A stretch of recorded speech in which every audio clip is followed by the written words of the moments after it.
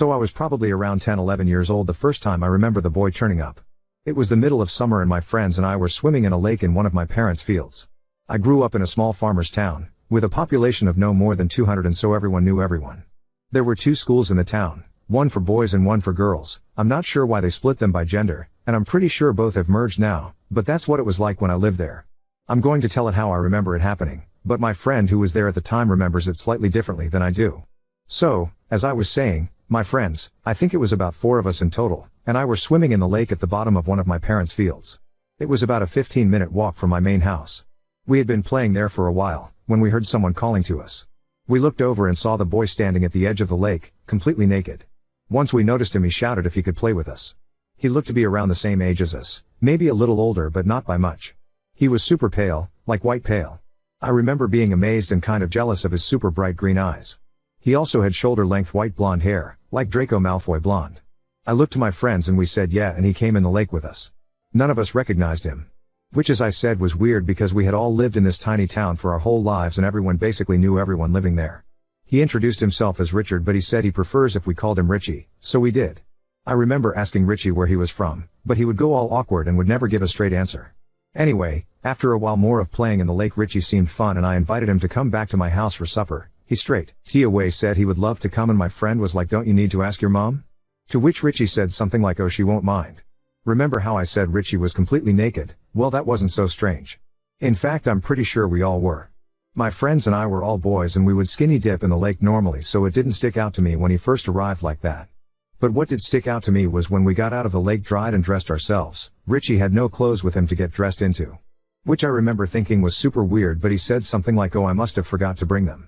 Which again, I thought was very weird, like how do you forget your clothes?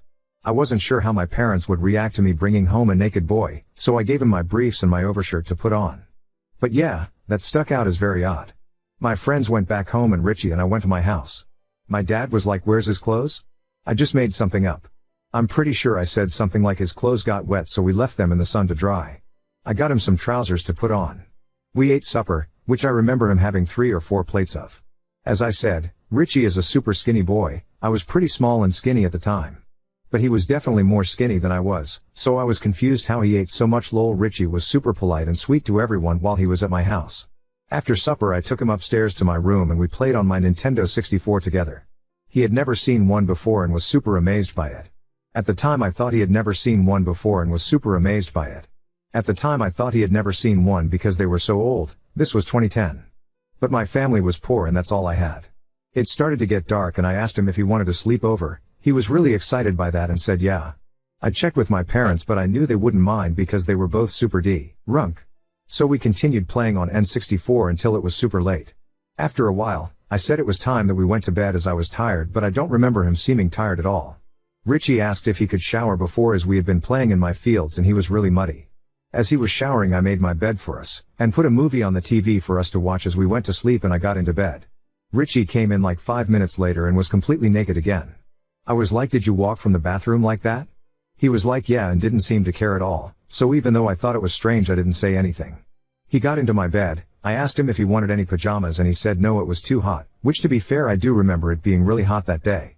I had a Scooby-Doo movie on and he was really excited by it, and didn't know anything about them, which I guess isn't too weird. But looking back, he didn't seem to know any pop culture stuff at all. I mean, we were pretty behind the times in my small town but we still knew most pop culture. I had slept in quite a lot the next day, but when I woke up Richie wasn't in my room.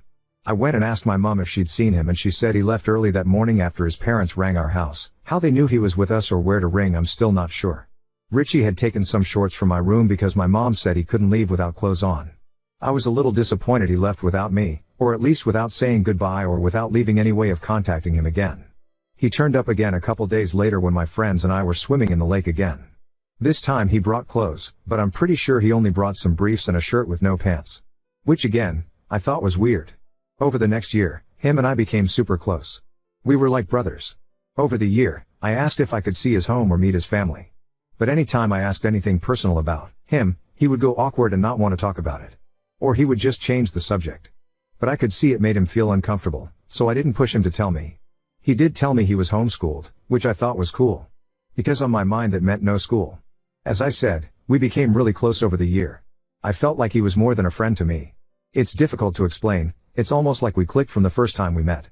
We became close really quick, and I felt like I could tell him anything and he would always help and support me. He helped me through so many hard times, and he definitely encouraged me to be a better person. It was almost as if he could sense when I was going through anything. For example, when my grandma passed away, I went out into my fields to cry as I didn't want to do it in front of my family. But after sitting down in some random place, Richie turned up and sat next to me. He said some things that I remember helping me a lot. When I asked him how he found me, he said that we was just on a walk. Not too long after this, he just vanished. It had been a little over a year since the first time he appeared at the lake. It was around September the year after, so it had been around a year and 2/3 months. He never turned up again, never said goodbye, never left a trace. I was massively upset. I really missed him. I would walk around the fields looking for him, and I would hang out by the lake where we first met, hoping that he would turn up, but he never did again. I still don't know what happened to him. I've tried searching social media for him, but with no luck, and since he would never tell me that much about his life, I don't have that much to go on. I asked my parents what they remember of him. They said they remember him being odd, and that they were unsure about him at first, especially how he had a tendency to strip naked whenever he felt like it. But they also said that he and I were inseparable, and wherever I was, he was sure to be found there too.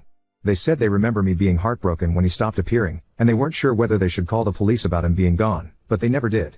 I kind of wish they did. I suppose this is a long shot, but if you're reading this, Richie, reach out to me. Update 1. This journey has been difficult. Many years I have searched for answers on where Richie is now. Sadly, it is not good news.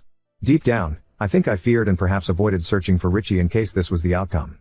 With the help of everyone here and so many lovely commenters, I tracked down a distant relative to Richie, who put me in contact with Richie's older sister. A sister that I did not know existed. For the sake of clarity, I will name the sister Sarah. Sarah helped put into context Richie, his odd behavior, his unwillingness to show me his home, and his disappearance. Sarah and Richie both suffered abuse and neglect at the hands of their father. Their father, who suffered with severe mental health issues and drug-related problems for most of his adult life. Their father was terrified of the outside world, and thus kept them secluded away in secret. According to Sarah, their father was convinced that the world was months away from ending at any given time. He was convinced that the devil was planning to take over his mind and body, and was convinced that Jesus had spoken to him, and told him the only way to keep him and his family safe was to keep them secluded from the outside world. Sarah shared that their father would not often be physically abusive, which I suppose is of some relief. Richie and his family would move often throughout his childhood, never staying in one place for too long, as his father feared that the devil would soon find them. Sarah said they were most likely moved in the middle of the night with no forewarning, though she can't remember the specific time they were moved from my town. This helps to explain how Richie seemed to appear one day and disappear 15 months later. Richie passed away at age 15, around 2.5 years after vanishing from my town. Sarah struggled to go into the details of Richie's death, and I didn't want to push her into sharing something that was painful for her, though it seemed that Richie took his own life. Sarah told me that Richie would often speak of me and the time we spent together, and that all Richie ever wanted to do was to come back and find me. Sadly, he never managed that. She said she thought that I was just imaginary. She isn't sure how Richie would sneak out of the house to meet with me, but said that their father would keep them locked in their rooms for days and sometimes weeks at a time. Sarah told me she has a collection of Richie's diaries, which I do remember him writing occasionally. She has offered to send them to me, which is lovely of her. She told me that a lot of the writing is about me, about our time together, about how he wanted to find me again so we could run away together. Again, she never thought I was a real person. Hearing that was so incredibly bittersweet. I look forward to reading those diaries, even though it will be incredibly difficult at the same time. She said she is glad that Richie managed to have an impact on someone on this world. I wish that I was able to express the impact that Richie had on my life. I wish I could tell Richie the impact he had on my life. I want everyone to know Richie. I want everyone to know what an amazing, kind and beautiful person Richie was. This post is difficult for me to write. Deep down, I think that I resisted searching for Richie more in case this was the outcome. Sarah told me a lot more information, but I've decided to leave out most to respect her privacy. Sarah is away and safe from her father, which I am so glad about. Again, I just want to express how thankful I am for all of you who have helped. For all of you who have offered emotional support. Thank you so much. Richie, I love you. I'm sorry I couldn't help you. I'm sorry I didn't pick up on the signals that you were in danger. I hope you can forgive me. Richie, you were the only true friend I've ever had. It's so hard for me to write this. I feel so sick that I didn't do more. Richie, I want you to know you saved me so many times throughout my life. So many low moments in my life have been helped because of the memories of you. I am so sorry I wasn't there for you the same way you were there for me. I love you so much, Richie. Update 2. Almost 1 year ago I made a Reddit post searching for answers about a childhood friend of mine that went missing. It received a moderate amount of attention, and with the people of Reddit's help I was able to track down the relatives of my missing friend.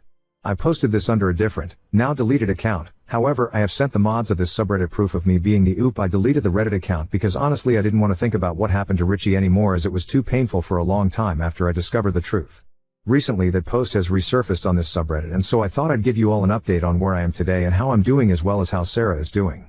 It still pains me to think about Richie, and think about how I could have and should have helped him and how I failed to save him. It does really hurt to look back on it. I really don't have many friends and I suffer from pretty bad anxiety, and I just wish I had Richie here with me. Sarah and I still occasionally talk, but not really as often as I wish we could. I have met her IRL once, which was nice.